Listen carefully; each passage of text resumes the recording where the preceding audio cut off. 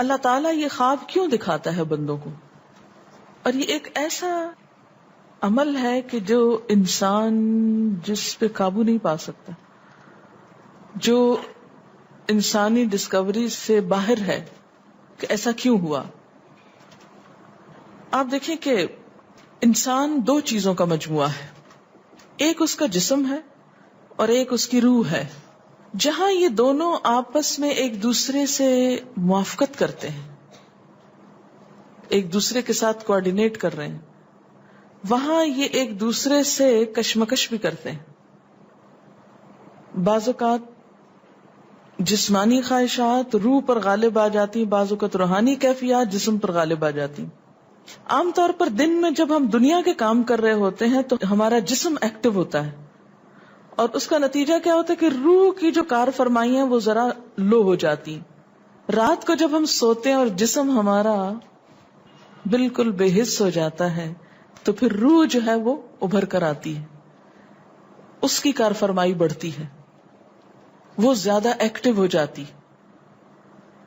پھر آپ کو قرآن کی وہ آیت بھی یاد ہوگی کہ جس میں اللہ تعالیٰ فرماتے ہیں کہ جب انسان سوتا ہے تو ہم اس کی ایک روح لے لیتے ہیں، جس کو زندگی دینی ہوتی ہے وہ واپس لوٹا دیتے ہیں، ورنہ جو دوسری باقی ہوتی وہ بھی لے لیتے ہیں.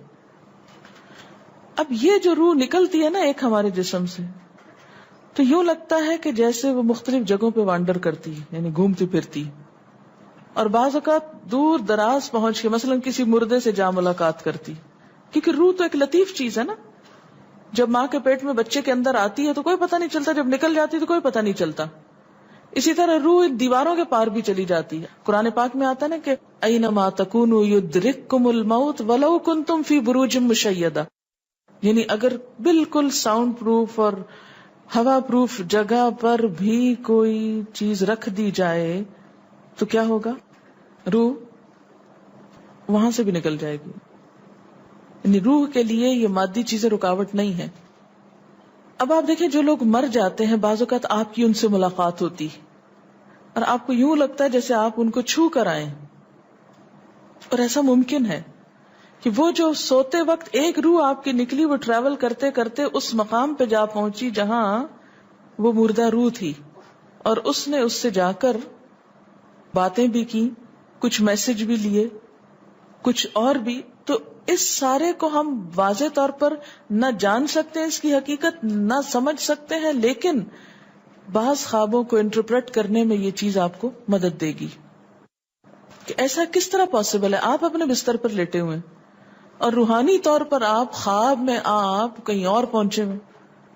بعض اوقات آپ دیکھتے ہیں کہ میت آپ کو کوئی چیز دے رہی ہے، میت رو رہی ہے، میت خوش ہے، آپ اس کو دیکھتے ہیں وہ بڑے باغ میں بیٹھی ہوئی ہے. یہ آپ نے کہاں سے دیکھ لیا؟ آپ تو بستر پہ لیٹے ہوئے تھے. تو وہ جو ایک شعور سوتے وقت نکل جاتا ہے، جسم سے الگ ہو جاتا ہے، وہ ٹریول کر رہا ہوتا ہے ایک طرح سے، اور وہ ایسی جگہوں پر اللہ کے اذن سے ہی پہنچ جاتا ہے اور اس کو وہاں کی معلومات مل جاتی ہیں. اچھا آپ کو یاد ہوگا وہ قصہ جو شہیدوں کا واقعہ میں نے آپ کو سنایا تھا، عراق میں جو صحابہ کرام کی قبروں میں سے ان کو نکال کر دوسری جگہ پر دفن کیا گیا.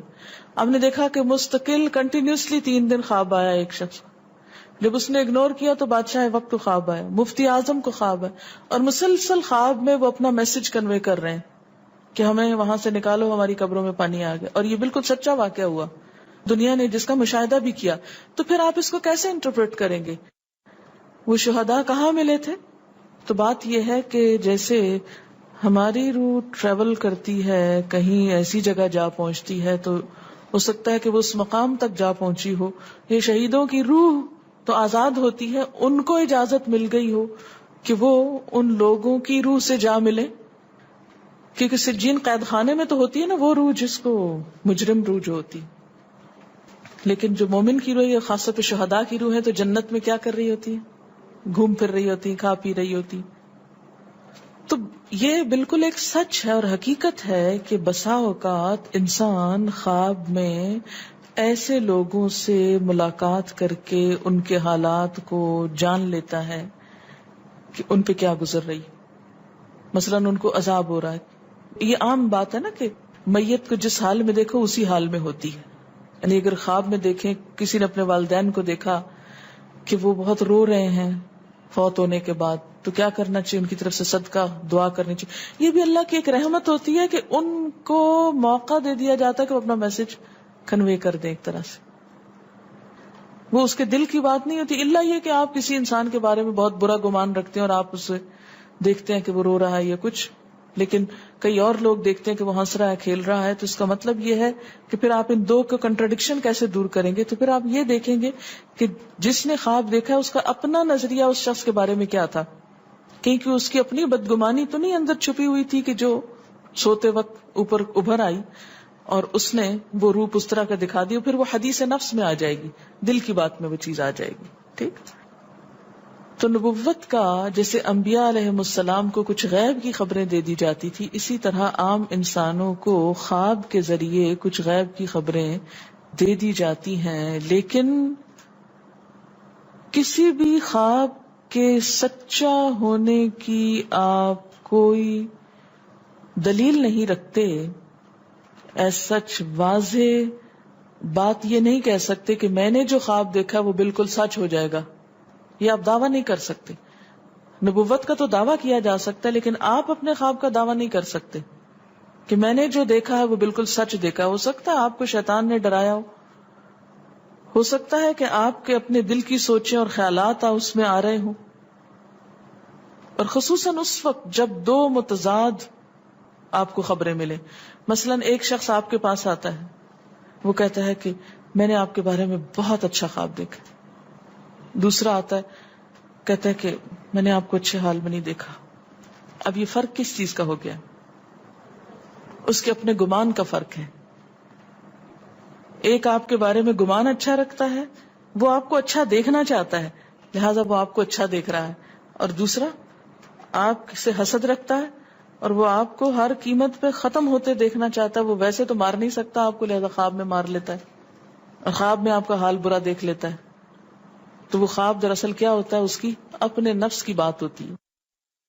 اسی طرح بعض لوگ جو جھوٹ سے بچتے ہیں، دھوکے سے بچتے ہیں، جن کے اندر منافقت نہیں ہوتی، جن کے دل بالکل صاف ہوتے ہیں، ان کو بھی بعض اوقات ایسے خواب آتے ہیں کہ جو بالکل واضح حقیقت ایک طرح سے نظر آ جاتی. لیکن کوئی شخص یہ خود سے دعویٰ نہیں کر سکتا کہ جو میں نے دیکھا ہے وہ میرے دل کی بات نہیں اور وہ بالکل بڑی سچائی ہے، جب تک کہ وہ چیز عملاً سامنے نہ آ جائے.